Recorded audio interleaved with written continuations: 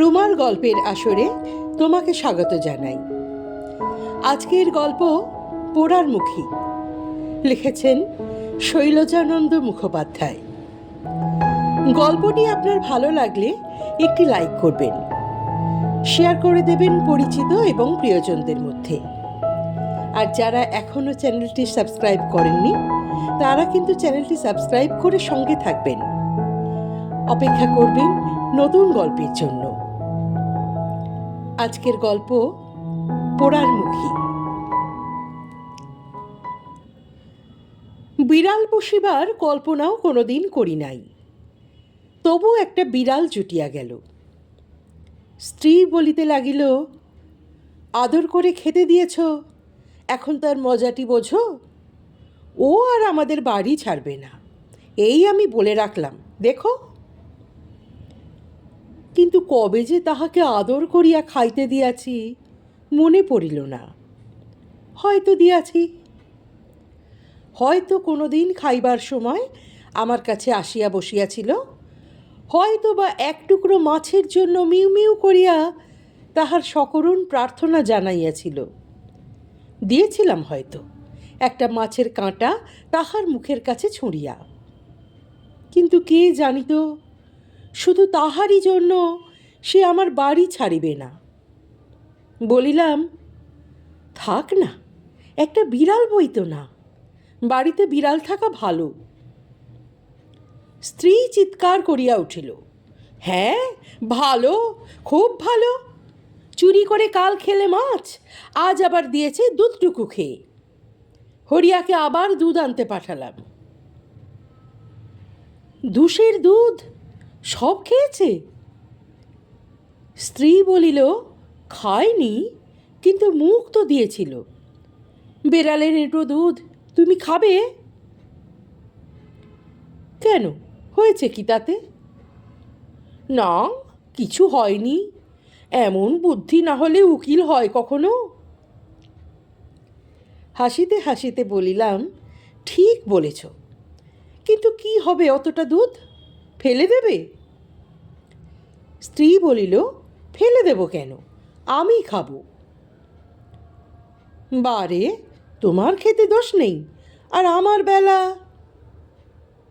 তোমার সঙ্গে আর কত বকবো বলো, আমি জানি না, যাও। বলিয়াই সেখান হইতে সে পলায়ন করিল। বুঝিলাম বিড়ালটার উপর গৃহিণী রাগ করিয়াছে।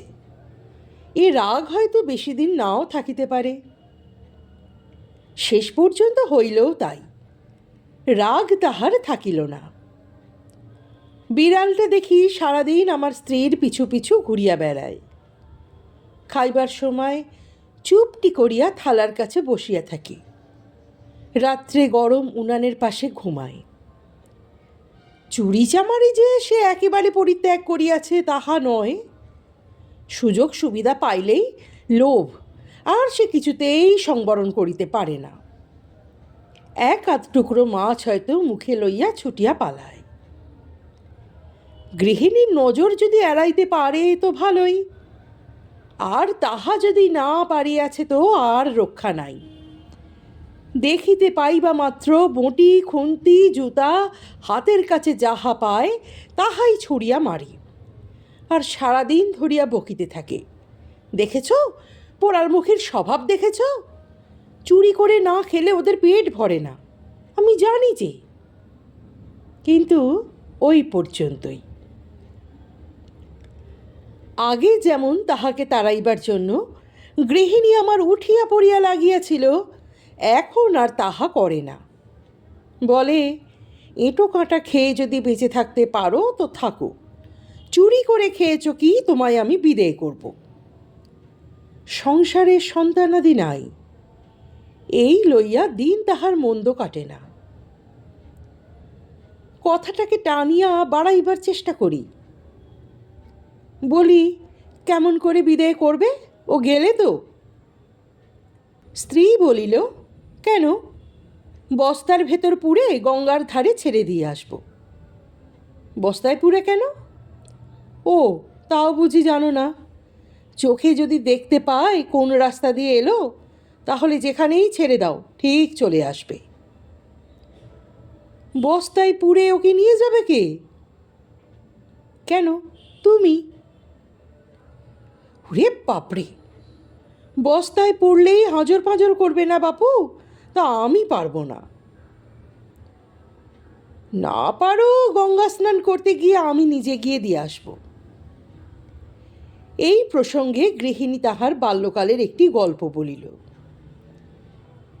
এমনি একটা চোরা বিড়ালকে কিছুতেই তাহারা তাড়াইতে পারিতেছিল না। চোখে কাপড় বাঁধিয়া কতবার কত জায়গায় তাহাকে ছাড়িয়া দিয়া আসা হইল, কিন্তু প্রতিবারই দেখা গেল সে ফিরিয়া আসিয়াছে। বাড়িতে একদিন একটা বড় মাছ আসিয়াছিল। বিড়ালটা কোন সময় চুরি করিয়া প্রায় অর্ধেকেরও বেশি মাছ খাইয়া ফেলিল। গৃহিণী তখন 10-12 বৎসরের কিশোরী। বলিল, দাঁড়াও, তোমার দেখাচ্ছি মজা। বলিলাম, কি মজা দেখালে? গৃহিণী বলিল, এক গাছে দড়ি নিয়ে হতবাগীর গলায় আচ্ছা করে বাঁধলাম। বেঁধেই মনে হলো বঁটি দিয়ে দিই ওকে বলিদান করে। হির হির করে টেনে নিয়ে গেলাম পুকুরের পাড়ে। পুকুরের পাড়ে ছিল লম্বা এক বাঁশঝাড়। ভাবলাম ঠিক হয়েছে। প্রকাণ্ড লম্বা একটা বাঁশ অতি কষ্টে হাত দিয়ে নোয়ালাম। নুইয়ে তার ডগায় দড়ি দিয়ে আচ্ছা করে বাঁধলাম বেড়ালটাকে। ব্যাস, দিলাম বাঁশটা ছেড়ে। যেই ছেড়ে দেওয়া, শটাং করে বাঁশ গেল উঠে, আর হতবাগি ঝুলতে লাগলো সেই লম্বা বাঁশের ডগায় আকাশপিদিমের মতন। বললাম, কেমন, আর খাবি মাছ? থাক ওইখানে, বলে বাড়ি চলে এলাম।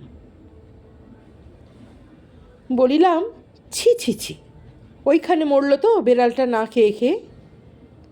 গৃহিণী বলিল, হ্যাঁ মরলো, মরবার এটি কেমন? খানিক পরে ভাবলাম, আহা, নামিয়ে দিয়ে যাই। ওমা, গিয়ে দেখি হতভাগী নেই সেখানে। সন্ধেবেলা দেখলাম পোড়ার মুখী আবার আমাদের হেসেলে ঘুরে বেড়াচ্ছে। গলার দড়িটা দাঁত দিয়ে কেটে নেমে এসেছে সেখান থেকে।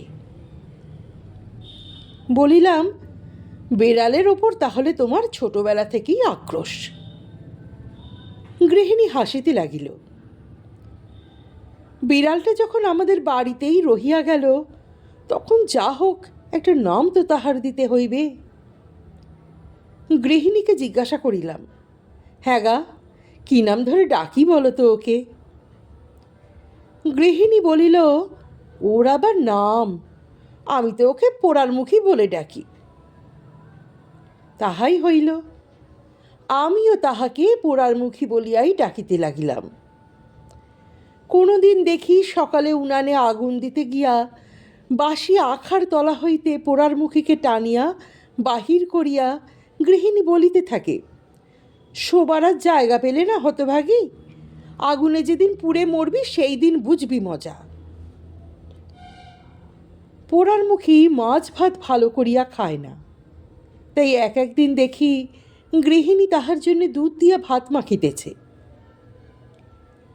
আদর যত্ন পাইয়া দেখিতে দেখিতে পোড়ার মুখী বেশ মোটাসোটা হইল। আগে যেমন সে হাত তুলিলেই ছুটিয়া পালাইত, আজকাল আর তাহা করে না। দুপুরে আহারাদির পর গৃহিণী যখন সেলাইয়ের কল চালায়, পোড়ার মুখী তখন তাহার কোলের কাছটিতে চুপটি করিয়া বসে থাকে। রাত্রে এক একদিন লেপের তলায় আসিয়া ঢোকে। গৃহিণী বলে, দেখেছ, খেয়ে দে কেমন হলো দেখেছ? বলি, ভালো করে খেতে পেলেই হয়। কই, তুমি হচ্ছ না যে, তুমি কি খেতে পাও না নাকি? এই খেতে পাই, কিন্তু ওর মতো আদর পাই কই? যাও, বলিয়া হাসিয়া গৃহিণী চলিয়া যাইতেছিল। দরজার কাছে ফিরিয়া দাঁড়াইয়া বলিয়া গেল, নিমক হারাম। গৃহিণীর সেদিন ভালো করিয়া খাওয়া হইল না। না হইবার কারণ, পোড়ার মুখে সেই যে সকালে উঠিয়া বাহির হইয়া গিয়াছে, সকলের খাওয়া দাওয়া চুকিয়া গেল, এখনও বাড়ি ঢুকিল না।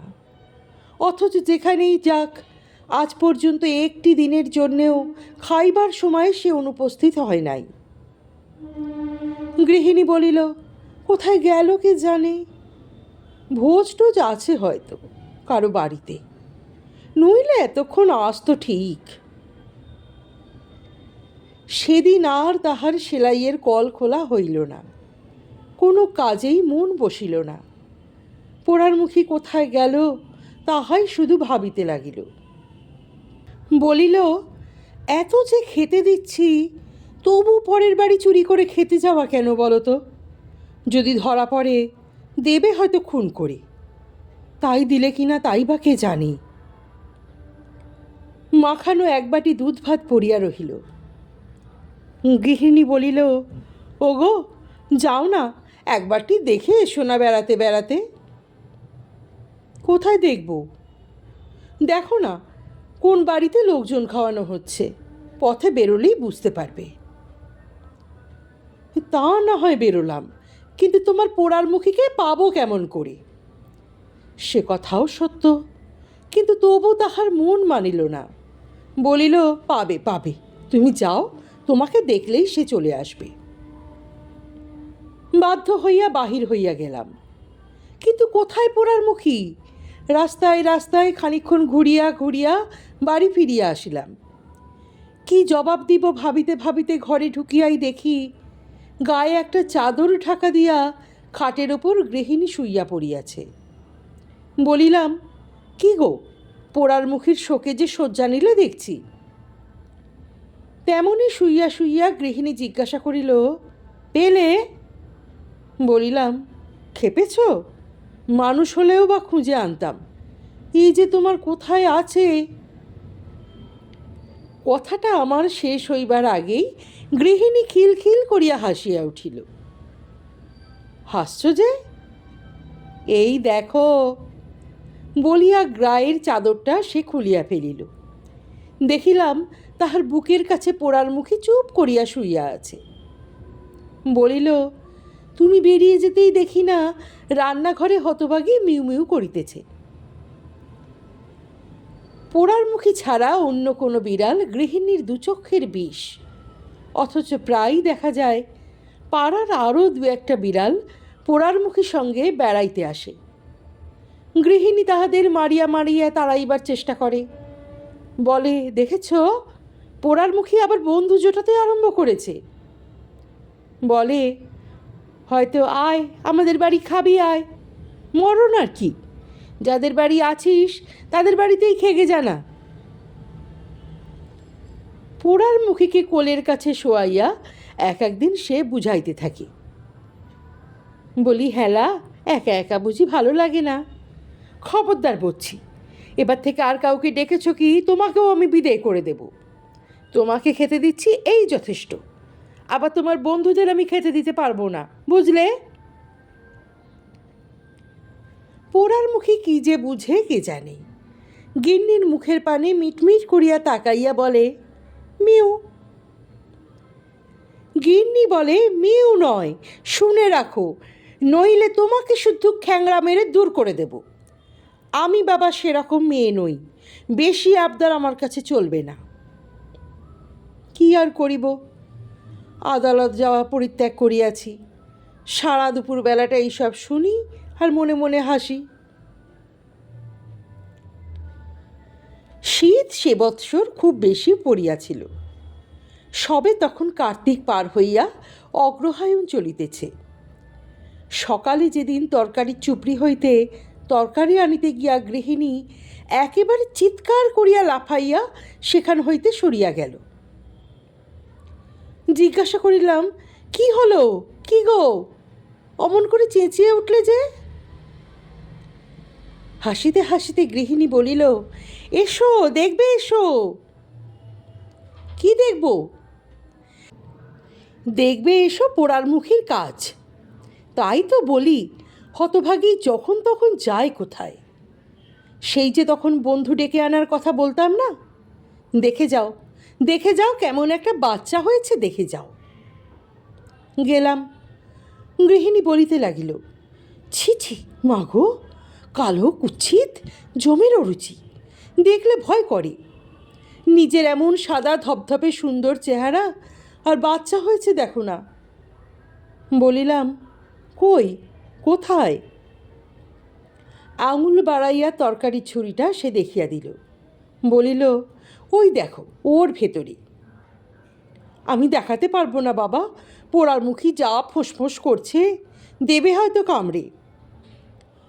ঝুড়িটা টানিতে গিয়া দেখিলাম পোড়ার মুখী আগলাইয়া বসিয়া আছে, আর ঝুড়ির ভিতর এতটুকু একটা কালো রঙের বাচ্চা মিউ মিউ করিতেছে। কালো বিড়াল অনেক দেখিয়াছি, কিন্তু এত কালো কখনো দেখি নাই। গৃহিণী ঠিকই বলিয়াছে, বাচ্চাটা সর্বাঙ্গের মধ্যে কোথাও সাদার এতটুকু চিহ্ন পর্যন্ত নাই। আগাগোড়া মিশমিশে কালো, বিশ্রী চেহারা, দেখলে ভয় করে।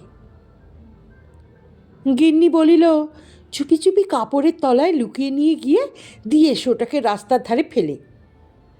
গিন্নিকে বুঝাইতে লাগিলাম, দেখো সাহেবরা এই কালো বেড়াল বড় ভালোবাসে। গিন্নি বলিল, তা বাসুককে, ওদের সবই উল্টো। মা গো মা, অন্ধকারে ওটাকে দেখলে ভয় করবে, ওরকম বেড়াল আমি রাখবো না বাড়িতে। যাও বাপু যাও, এক্ষুনি ওটাকে ফেলে দিয়ে এসো। বিড়ালের বাচ্চাটাকে রাখিবার অনেক চেষ্টা করিলাম, কিন্তু গৃহিণী আমার কোনো কথাই শুনিল না। বলিল, ওকে রাখলে বাড়ির অমঙ্গল হবে, তুমি দেখে নিও। কাজেই বাধ্য হইয়া বিড়ালের বাচ্চাটাকে অতি কষ্টে তুলিয়া লইয়া রাস্তার ধারে গিয়া ফেলিয়া দিয়া আসিলাম। ঘণ্টাখানেক পরেই দেখি পোড়ার মুখী বাচ্চাটাকে মুখে করিয়া আবার তুলিয়া আনিয়াছে। গিন্নি আবার চিৎকার করিয়া বলিতে লাগিল, যেমন তোমার কাজ, এমন জায়গায় দিয়ে এলে যে আবার নিয়ে এলো। না বাপু, তোমায় কিছু কাজ করতে বলা অন্যায়। কাজেই সেই বাচ্চাটিকে লইয়া আবার আমাকে যাইতে হইল। এবার গেলাম পোড়ার মুখীকে না জানাইয়া নিতান্তই সন্তর্পণে। অতি কষ্টে তাহাকে বাজারের থলের ভিতর পুরিয়া বহু দূরের একটা বস্তির কাছে ছাড়িয়া দিয়ে আসিলাম। বাড়ি ফিরিয়া দেখিলাম পোড়ার মুখী কিছুই জানিতে পারে নাই। সে তখন এ ঘর ও ঘর করিয়া বাচ্চাটিকে খুঁজে বেড়াইছে। গৃহিণী বলিল, ও খোঁজুক, খেতে পেলেই এক্ষুনি ভুলে যাবে। কিন্তু খাইবার সময় পোড়ার মুখীকে দেখিতে পাওয়া গেল না। গৃহিণী বলিল, বাচ্চাটাকে হয়তো খুঁজতে বেরিয়েছে, দেখো না একটুখানি বেরিয়ে, পাও তো ওকে তুলে নিয়ে এসো। দেখিলাম সত্যই তাই। গতবার যেখান হইতে বাচ্চাটাকে মুখে করিয়া তুলিয়া আনিয়াছিল, সেইখানেই সে মিউ মিউ করিয়া ঘুরিয়া বেড়াইতেছে। আয় বলিয়া ডাকিতেই সে আমার পায়ের কাছে আসিয়া দাঁড়াইল। দুহাত দিয়া তুলিয়া তাহাকে বাড়ি লইয়া আসিলাম। গৃহিণী তাহাকে আদর করিয়া খাইতে দিল। পোড়ার মুখীও খাইল বটে, কিন্তু পেট ভরিয়া ভালো করিয়া খাইল না। দুধ দিয়া মাখানো ভাত অর্ধেকের বেশি পড়িয়া রইল। গিন্নি তাহাকে সারাদিন ধরিয়া বুঝাইল, বলিল, কালো কুচ্ছিত ওই বিশ্রী ছেলেটার জন্য দুঃখ করিস নে পোড়ার মুখী, ছেলে তোর আবার হবে, দুধমুখী বাচ্চা হবে, সাদা ধপধপে কেমন সুন্দর, দেখবি তখন আমি তোর ছেলে মানুষ করে দেব, বুঝলি? পোড়ার মুখী বোধহয় বুঝিল। দেখিলাম গিন্নির পিছু পিছু আবার সে ঘুরে আইয়া বেড়াইতেছে। কিন্তু সন্ধ্যা হইতে না হইতেই পোড়ার মুখীর সে কি কান্না! কত পুত্রহীনা জননীর ব্যাকুল ক্রন্দন শুনিয়াছি, কিন্তু সামান্য একটা বিড়ালও যে ঠিক এমনই করিয়া কাঁদিতে পারে সে কথা আমার জানা ছিল না। সারা রাত ধরিয়া বাড়ির আনাচে কানাচে বিড়ালটা শুধু কাঁদিয়া ফিরিতে লাগিল। খাবার ধরিয়া দিলে খাইল না, ডাকিলে কাছে আসে না। বিড়ালটাকে খাওয়াইবার জন্যে গৃহিণী অনেক চেষ্টা করিল। ডাকিয়া ডাকিয়া হয়রান হইয়া গিয়া শেষে দুধের বাটি রাগ করিয়া ফেলিয়া দিয়া বলিল, আর পারি না বাপু, একটা বেড়ালের জন্যে কত আর করতে পারি বলো তো? বিড়াল কাঁদিলে নাকি গৃহস্থের অমঙ্গল হয়, তাই পাড়ার লোকে তাহার কান্না শুনিয়া দূর দূর করিতে লাগিল। কেহ বা দোষ দিতে লাগিল আমাকে, কেহ বা আমার স্ত্রীকে। বলিতে লাগিল, ছেলেপুলে হয়নি তাই একটা বেড়াল পুষে স্বাদ মেটাচ্ছে। কথাটা যাহাতে আমার স্ত্রী না শুনিতে পায়, তাহার জন্য অন্য কথা বলিয়া তাহাকে অন্যমনস্ক করিয়া দিলাম। শেষে বুঝিলাম কথাটা সে শুনিতে পায় নাই। তাহার মন পড়িয়াছিল পোড়ার মুখের দিকে। সারাটা রাত্রি আমাদের কাহারও ভালো ঘুম হইল না। পোড়ার মুখিও বোধহয় ঘুমায় নাই। যখনই ঘুম ভাঙিয়াছে তখনই তাহার কান্না শুনিয়াছি। রাত্রি তখন বোধ করি প্রভাত হইয়া আসিয়াছে। স্ত্রী ডাকিল, ওগো শুনছ? কি? কই, আর তো কান্নার শব্দ পাওয়া যাচ্ছে না। আমিও কিয়ৎক্ষণ কান পাতিয়া রহিলাম। বলিলাম, শীতে আর কতক্ষণ বাইরে কেঁদে কেঁদে বেড়াবে বলো? এবার বোধহয় ঘুমিয়েছে। তাহার পরেই ঘুমাইয়া পড়িয়াছিলাম। আবার স্ত্রীর ডাকে আমার ঘুম ভাঙিল। বলিল, ওই শোনো। আবার শুনলাম তাহার সেই বুক ফাটা আর্তনাদ। বাড়ির ছাদে বসিয়া বসিয়া আবার সে কাঁদিতে শুরু করিয়াছে। স্ত্রী বলিল, বড় অন্যায় করেছি বুঝলে। কাল সকালেই বাচ্চাটাকে তুমি খুঁজে এনে দাও। থাক, আর কি করব বলো, এ কান্না আমার সহ্য হয় না। ঘুমে তখন চোখ আমার জুড়িয়ে আসিতেছে। বলিলাম, বেশ তাই হবে, এখন একটু ঘুমিয়ে নাও। পরদিন সকালে ঘুম ভাঙিতে আমার একটু দেরি হইয়া গেল। দেখিলাম গৃহিণী অনেক আগেই শয্যা ত্যাগ করিয়াছে। হাত মুখ ধুইয়া দিয়া জিজ্ঞাসা করিলাম, কই গো, কোথায় তুমি? দেখিলাম ছাদ হইতে সে নিচে নামিতেছে। বলিল, ভিজে কাপড়টা মেলতে গিয়েছিলাম। ভিজা কাপড় কোনো দিন তাহাকে ছাদে মেলিতে দেখি নাই। এত প্রত্যুষে ছাদে কাপড় মেলিবার প্রয়োজন আজ যে তাহার কেন হইল বুঝিলাম। বলিলাম, কোথায় সে? ছাদে রয়েছে নাকি এখনো? স্ত্রী শুধু ঘাড় নাড়িয়া বলিল, না। তাড়াতাড়ি চা করিয়া স্ত্রী ডাকিল, চা খাবে এসো। প্রতিদিনের অভ্যাস মতো চা খাইতে খাইতে খবরের কাগজটা সবেমাত্র মেলিয়া ধরিয়াছি, গৃহিণী আমার কাছে আসিয়া দাঁড়াইল। বলিল, তাড়াতাড়ি চাটা খেয়ে একবার। কথাটা তাহাকে শেষ করিতে না দিয়াই বলিলাম, যাই। কাগজটা তুমি এসে পড়বে লক্ষ্মীটি। বাচ্চা বেড়াল কত দূর আর যাবে? যেখানে ফেলে এসেছো সেইখানেই আছে হয়তো। দেখো গে, ভালো করে খুঁজে দেখো, বুঝলে? চায়ের পেয়ালাটা শেষ করিয়াই উঠিয়া দাঁড়াইলাম। জিজ্ঞাসা করিলাম, পোড়ার মুখী কোথায় গেল? সারা রাত তো ছাদেই ছিল। গেছে হয়তো বাচ্চাটাকে খুঁজতে। গলার আওয়াজটা কেমন যেন ভারী ভারী বলিয়া মনে হইল। মুখের পানে ফিরিয়া তাকাইতেই দেখি চোখ দুইটি তাহার জলে ভরিয়া আসিয়াছে। কিন্তু কোথায় সে বিড়ালের বাচ্চা? যেখানে ফেলিয়া আসিয়াছিলাম সেখানে দেখিলাম নাই। বস্তির প্রত্যেকটি বাড়িতে তন্ন তন্ন করিয়া অনুসন্ধান করিলাম, কিন্তু কেহই তাহার সংবাদ ঠিক দিতে পারিল না। একটি ছেলে বলিল, বিড়ালের বাচ্চা? কালো রঙের?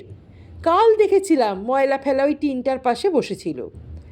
ডাস্টবিনটা চারদিকে ভালো করিয়া ঘুরিয়া ফিরিয়া দেখিতেছিলাম। জনকতক ছোট্ট ছোট্ট ছেলে ছুটিয়া আসিয়া সংবাদ দিল, ঢিল মারিয়া মারিয়া মদনা তাহাকে আধমরা করিয়া ফেলিয়াছিল। এতক্ষণে হয়তো সে মরিয়াই গিয়াছে। জিজ্ঞাসা করিলাম, মদনা কার নাম? কোথায় সে? এই তো বলিয়া একটা ছেলে আঙুল বাড়াইয়া দিয়ে দেখাতেই দেখি কালো রঙের একটা 8-10 বছরের ছেলে প্রাণপণে ছুটিয়া পালাইল। ছেলেটা ভাবিল বুঝি আমি তাহাকে শাস্তি দিবার জন্যই আসিয়াছি। বাচ্চাটাকে পাওয়া গেল না, পাইবার কথাও নয়। ছেলেটা ঠিকই বলিয়াছে, এতক্ষণে সেটা বাঁচিয়া আছে কিনা সন্দেহ। নিরাশ হইয়া বাড়ি ফিরিতেছিলাম। সম্মুখে পথের উপর কিসের যেন একটা গোলমাল উঠিল। তাড়াতাড়ি সেই দিকেই আগাইয়া গেলাম। জিজ্ঞেস করিলাম, কিসের গোলমাল মশাই? কি জানি মশাই, বাচ্চা একটা কুকুর নাকি মোটরের তলায় চাপা পড়েছে। কলিকাতা শহরের পথ। পোড়ার মুখীর বাচ্চাটাও ঠিক এমনই করিয়াই মরিয়াছে কিনা তাই বাকে বলিতে পারে। যে জায়গাটায় গোলমাল উঠিয়াছিল সেখানে পৌঁছতেই চোখের সম্মুখে যে দৃশ্য দেখিলাম তাহা দেখিবার কল্পনাও আমি করিতে পারি নাই। যে নিরীহ প্রাণীটির উপর দিয়া মোটরের চাকা চলিয়া গিয়াছে, দেখিলাম সেটা কুকুরের বাচ্চা নয়, সে আমাদের পোড়ারমুখী। হতভাগী তাহার বাচ্চার সন্ধানে পথের উপরে হয়তো পাগলের মতো ঘুরিয়াছিল। পিছনে মোটর আসিতেছে তাহা হয়তো সে লক্ষ্যও করে নাই। পিছনের একটা পায়ের উপর দিয়া চাকা চলিয়া গিয়াছে, সেবা শুশ্রূষা করিলে হয়তো বাঁচিতেও পারে। দুহাত দিয়া পোড়ার মুখীকে কোলে তুলিয়া লইলাম। হতভাগী এক দৃষ্টে আমার মুখের পানে তাকাইয়া রহিল। বাড়ি ফিরিতে স্ত্রী ছুটিয়া আসিল। পেলে? না, এই দেখো, তোমার পোড়ার মুখীর পায়ের ওপর দিয়ে মোটর চলে গেছে।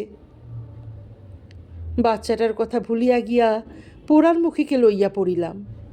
3-4 আয়োডিন দিয়া পায়ে তাহার ব্যান্ডেজ বাঁধিয়া দিলাম। এক বাটি দুধ খাইয়া হতভাগী একটুখানি সুস্থ হইয়াছে। পিছনে হঠাৎ মিউ মিউ শব্দ শুনিয়া তাকাইয়া দেখি, যাহার জন্যে এত কাণ্ড, তাহার সেই কালো বাচ্চাটি আপনা হতেই আসিয়া হাজির হইয়াছে। বাড়ি চিনিয়া কেমন করিয়া কোথা হইতে সে আসিল কে জানে।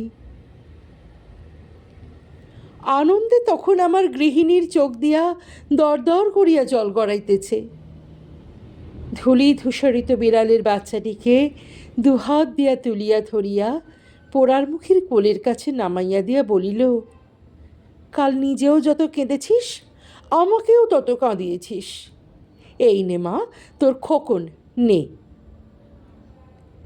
স্ত্রীর মুখের পানে তাকাইয়া হাসিয়া বলিলাম, মোটরের চাকাটা আর একটুখানি ওপরে উঠে গেলেই ব্যাস নিত খোকন, ট্র্যাজেডির চরম হয়ে যেত।